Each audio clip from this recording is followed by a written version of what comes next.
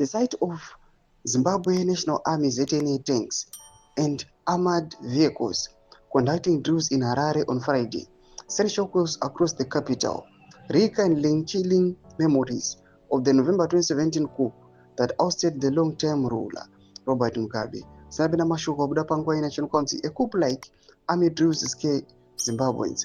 Yesterday, notable subscribe or like on the bell icon. Timina Mubdan Komchinzi.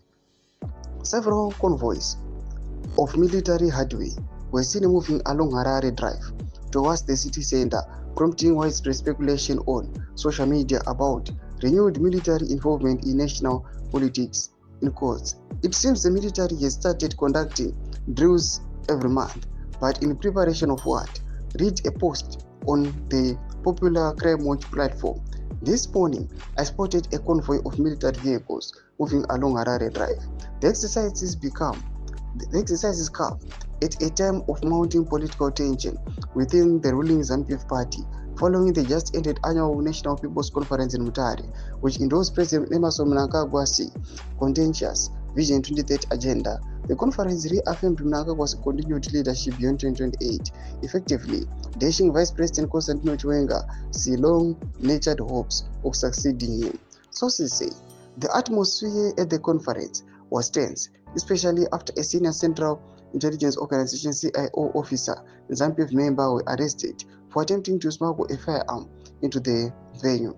The incident deepened existing mistrust within Mnangagwa's inner circle and highlighted the widening rift between military-aligned factions loyal to Chiwenga and those supporting Mnangagwa. The Mnangagwa-Chiwenga succession feud traces back to the aftermath of the 2017 coup.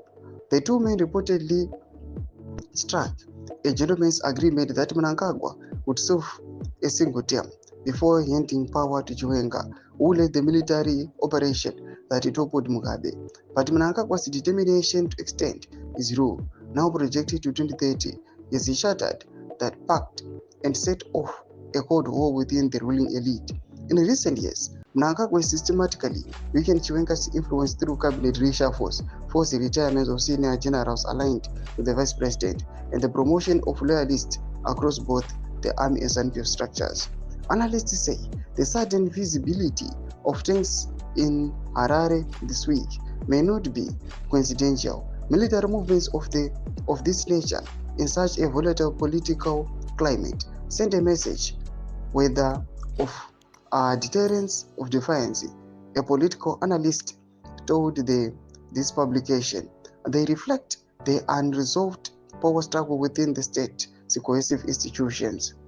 The last time armored vehicles rode through Harare's streets, the military insisted it was targeting criminals around the president. Within days, however, Mugabe was deposed and Mnangagwa ascended to power with the army's backing. Toma developments aripo ariitika muri yeZimbabwe munyika yedu.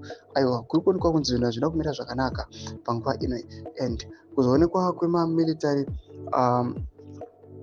convoys yesterday kwaita kuti vanhu vafunge zvakawanda nezvakamboitika kumashure.